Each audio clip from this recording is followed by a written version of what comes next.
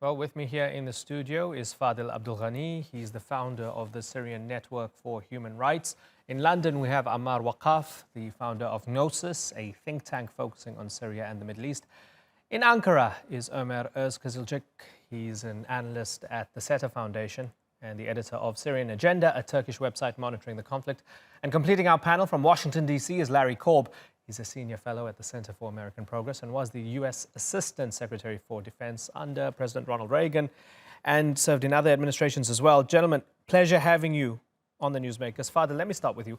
Syria's prisons are terrible places. They were terrible places even before the war started.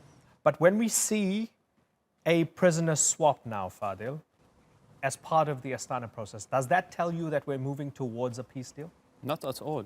Why? This is not actually detainees exchange at all. That's only very minor implementation of Astana. That's the regime still has more than 120,000 Syrian detainees.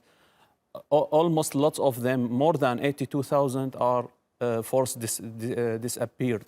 So we read the headlines, 9 for 9. 9 prisoners here, 9 prisoners there. Something positive's happening. That's unacceptable from our side. This is not the clear process, first of all. We need to reveal the fate of the disappearance as a first step. Then every side should acknowledge what they have actually, which list they have. And this should be, the civil society should be engaged as a human rights defender, not only the Astana side. Where is the monitoring from the UN as well? So there is a lot of conditions need to be established in this process actually. 9 from here, 17 from here. We are not talking about continuous process actually.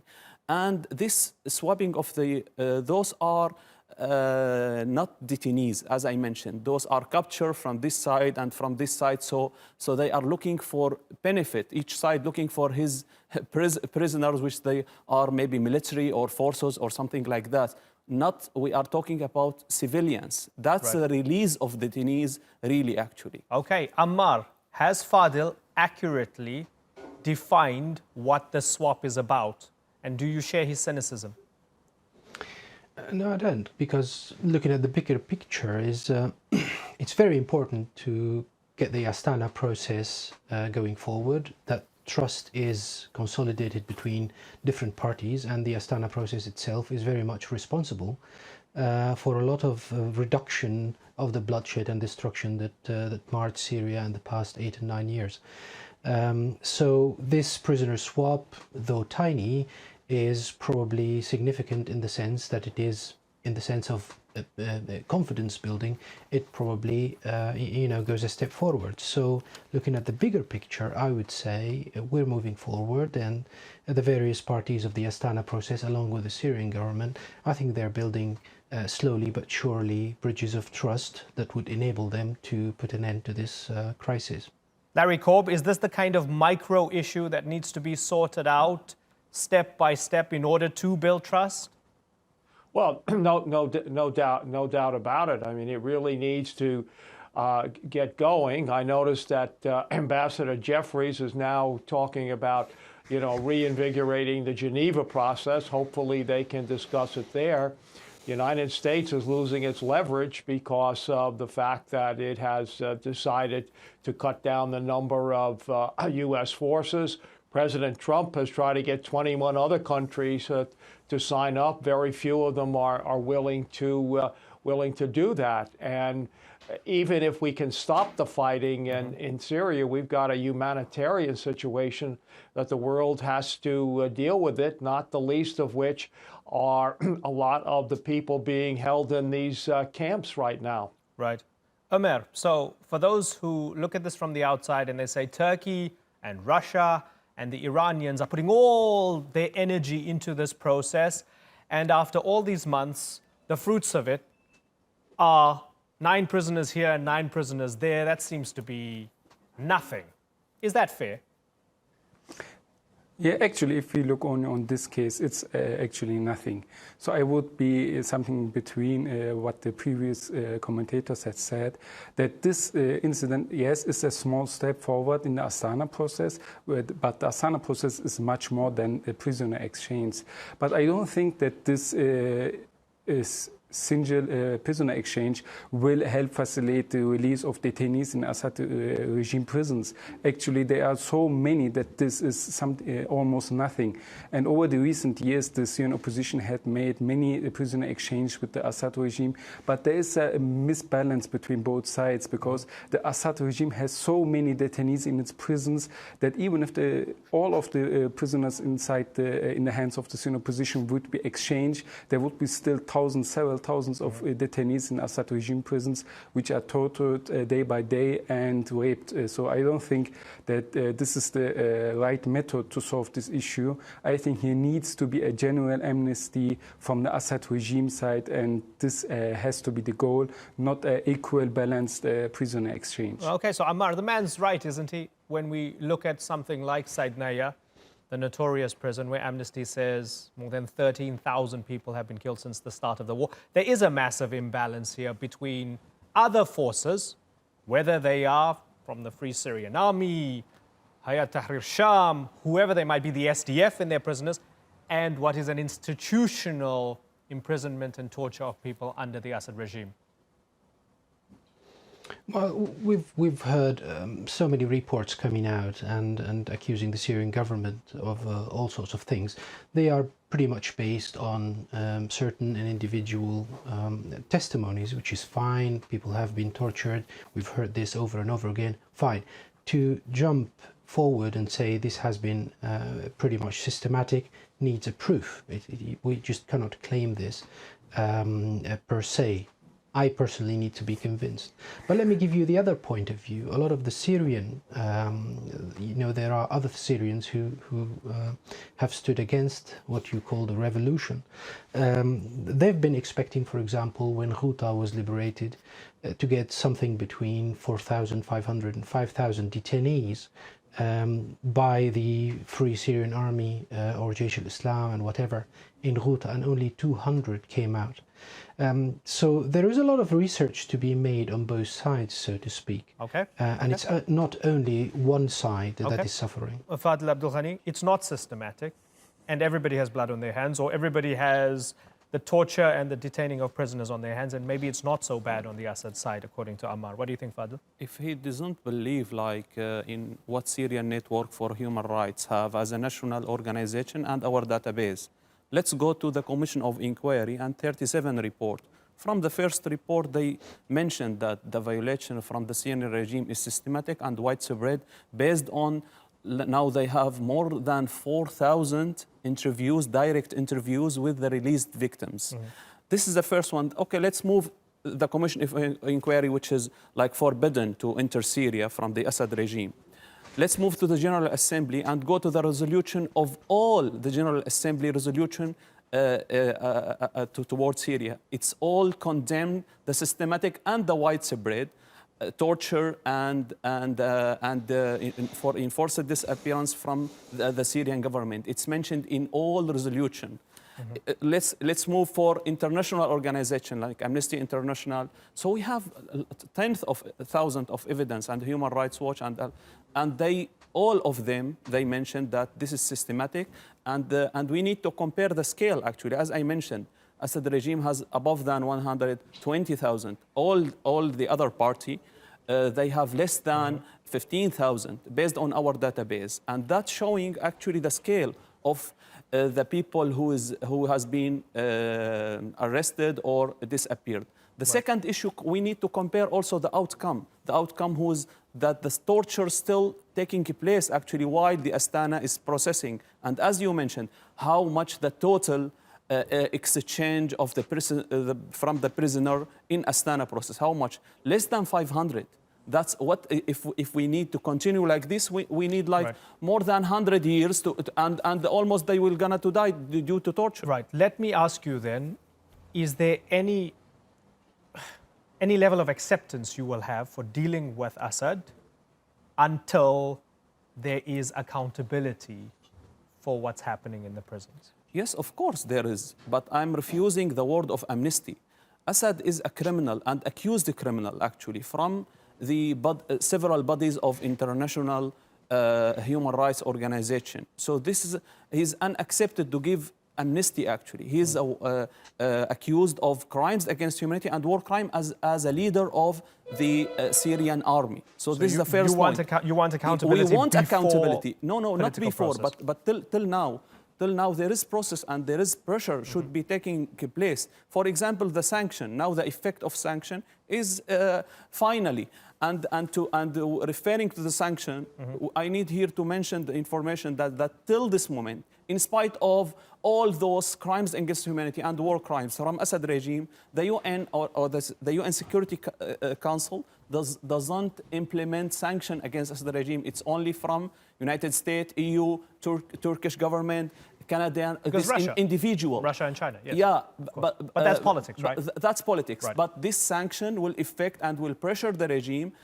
It might be like eliminate the sanction and release those detainees and saving their life. And we need to remind also what happened with the death certificate when the Assad regime is simply announced through civil registry, which is like institution in the Syrian government, and announce about 900 cases for the families that, okay, your children or your father or your relative just right. dead through the civil registry. What is this? How this regime dealing with the population? Ammar? Yeah, I mean, the sanctions are not going to prevent President Assad from buying, the next PlayStation to his kid or whatever. It's the Syrian people who are getting hurt, and the Syrian people who did not join with the revolution for valid fears against their beings, against their interests, and so on and so forth. We need to acknowledge that calling for these sanctions from the very beginning affected ordinary people. It didn't affect what you call the regime or the high-ranking people. Nobody is condoning torture, by the way. Torture is endemic in the whole region. It's probably the case because Syria is under war that is dividing the country and everything, that we see it on a much larger scale. But the other parties in that war aren't really clean-handed as well. And if you tell me that, this is systemic, I need a proof. That's all that is to say. Hundreds of thousands of people have been affected, yes. Tens of thousands being imprisoned, questioned, I would say yes.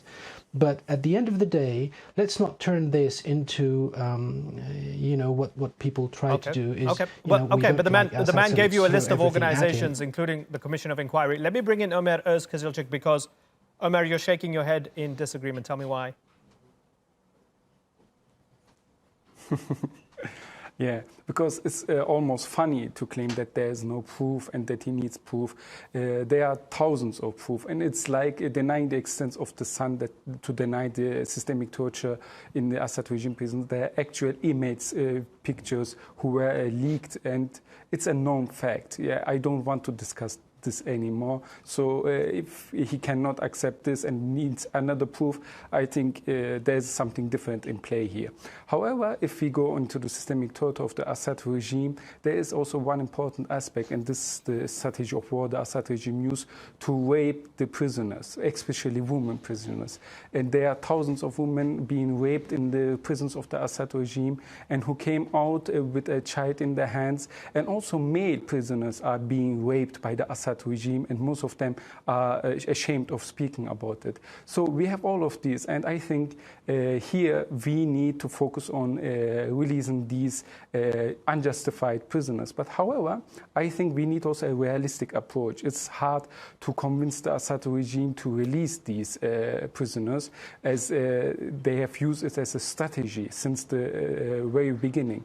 Therefore, and also even before, and therefore I would argue that an amnesty declared by the Assad regime is a more face-saving option for the Assad regime, which can be achieved if we look on this from a realistic point of view. But however, if the word would be just, the Assad regime have to be on the International Criminal Court only for this torture alone, it would be enough. Larry Korb, as we look at all sides and claims against all sides regarding prisoners and torture, we look at the SDF, the US ally. Folded within the SDF is the YPG, considered by Turkey to be a terrorist group. Strong claims that they are torturing those who are suspected of being Daesh or ex-Daesh and doing terrible things to them. Is there no real appetite from the Americans to look at that because these guys helped defeat ISIS? Unfortunately, you're right. I mean, the United States a long time ago made a decision really not to play a major role in Syria. We only got involved after ISIS started in Iraq and then came over and made their capital in Raqqa. And our goal was to defeat ISIS. And unfortunately, we haven't paid much attention to these other issues. We've had a couple of people who were ISIS who've tried to come back to the United States. We already turned down one person.